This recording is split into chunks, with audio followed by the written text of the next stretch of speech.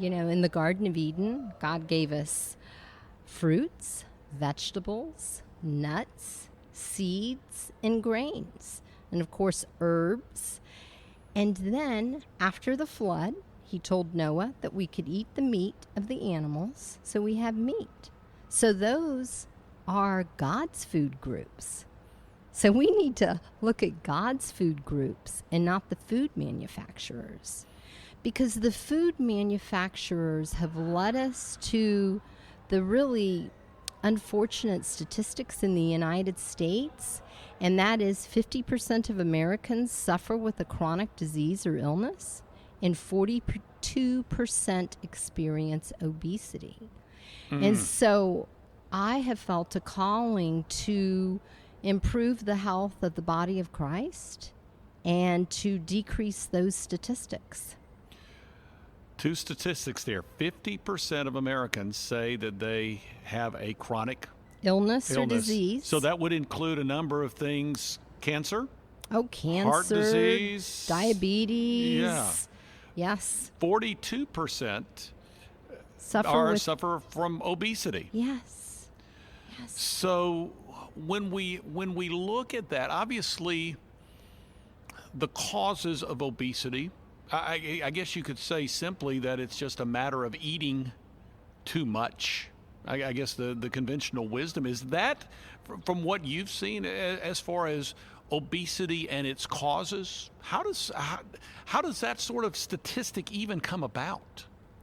Well, in my book, 7 Steps to Get Off Sugar and Carbohydrates, I like to look at what could be a root cause. Now, there could be a medical cause. You could have an issue with your thyroid, or some other type of medical issue, and you would need to get that verified.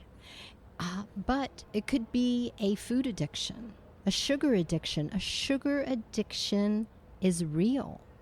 And the same receptors in our brain that opiate drugs go to, that's the same receptors that the sugar, that when we eat sugar, even when we look at sugar, the brain of someone who is on cocaine and the brain of someone who is looking at or is sugar addicted and they're looking at that food or they're ingesting it, the same areas of the brain light up. So can it be food addiction? Is it that they have a candida overgrowth? I mean, I get into all the root issues for adults in that book on the 7 steps to determine a root cause. Because if it was easy for everyone to change their diet, we would. That's why I incorporate God's techniques and spirituality into making these lifestyle changes. Susan Neal joining us today here on the Meeting House on Faith Radio. It is the Fall 2021 Christian Product Expo in St. Louis. This is the Meeting House on Faith Radio.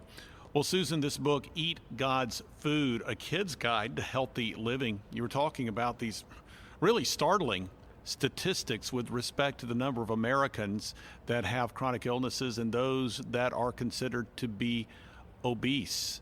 Something you were sharing with me earlier, that is something I guess you would say equally as startling, is the percentage of children who would be considered to be obese, some of which from a very young age. So how does that even occur?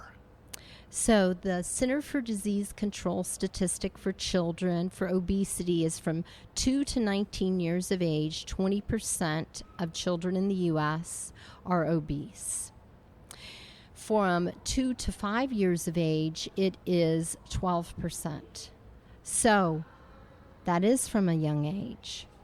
And probably how that occurs is again, we are getting into eating the processed foods, the fast foods, and a lot of these processed foods, they have high calories, high sugar, but they don't contain God's nutrients. In fact, you can look at the food and you're like, it doesn't even resemble the plant that it came from. It's cut into sizes and shapes and colors, filled with artificial colors, sweeteners, and things that are not healthy for humans.